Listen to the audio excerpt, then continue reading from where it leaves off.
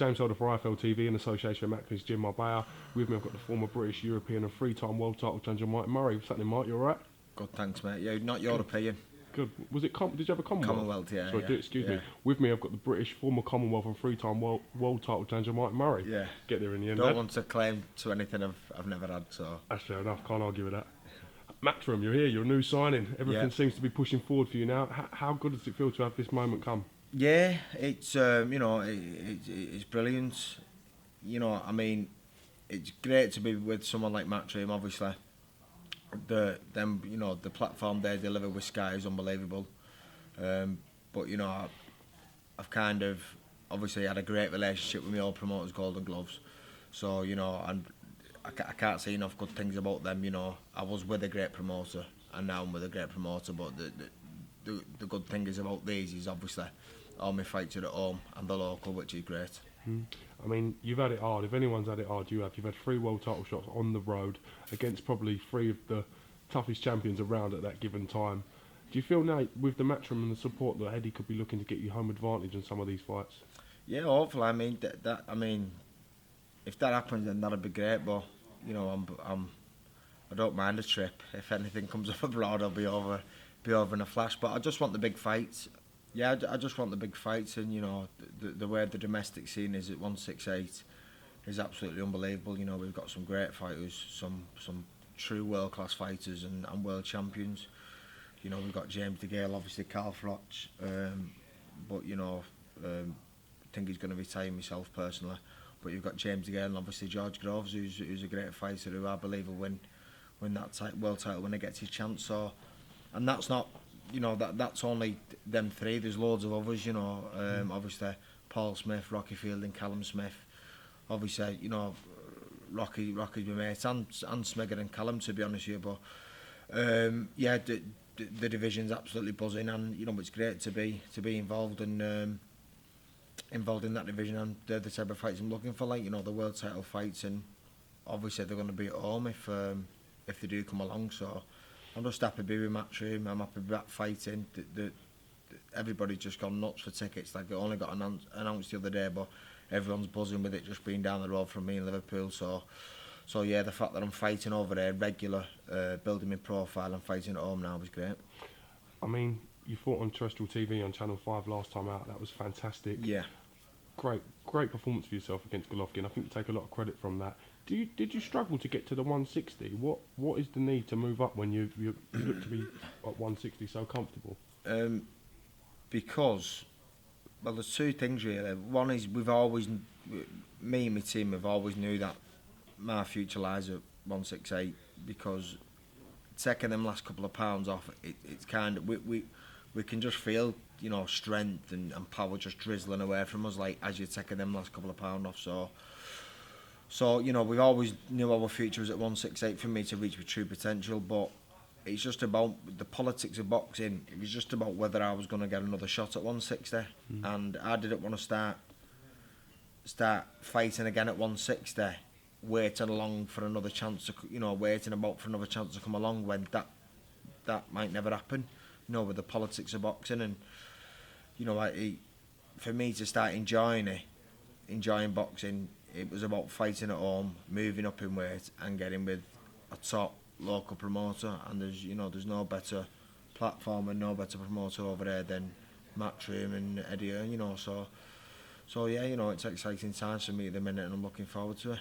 Working with Oliver Harrison, as you said, you've got Rocky Fielding in the gym. No doubt you spar with Rocky quite a lot, so you must feel comfortable at 168.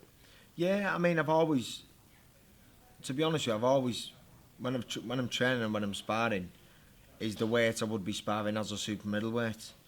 But obviously, I'm not weighing in at 12 stone. I'm weighing in at 11.6. So obviously, I've got to then make that extra weight cut. And I've always been training as a super middleweight, like I said. But it's just about me being at middleweight. So obviously, I feel comfier the bigger I am. And obviously, to a certain extent, I'm not going to, climb up to light heavyweight or anything like that, even though I could do it. I think my frame's built for it. But yeah, I mean, I feel comfy at middleweight. I know we'll make 12 stone. It's not going to be. It will be easy. a lot easier than 168 obviously, but it'd still be tough for me to get in proper condition, you know, and do the weight right. So yeah, I feel comfy at 168, and you know, I'm really looking forward to seeing what I can do at 12 stone. But that's not really an outfight at 160 still, because I do believe, you know, that I'd beat any other middleweight apart from Golovkin. Eddie's got some great super middleweights. Obviously, James DeGALE, we discussed, got the world title, the IBF world title.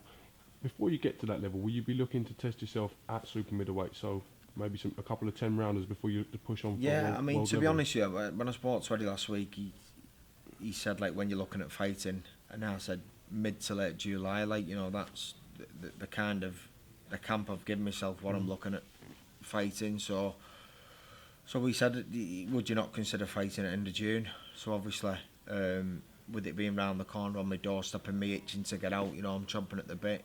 I've took the fight, so it's a little bit sooner than I would have anticipated and than what I wanted, but I'm just looking forward to just fighting now and getting out, you know what I mean? Does the Matthew Macklin fight interest you? Is that a fight that is on you and your team's radar?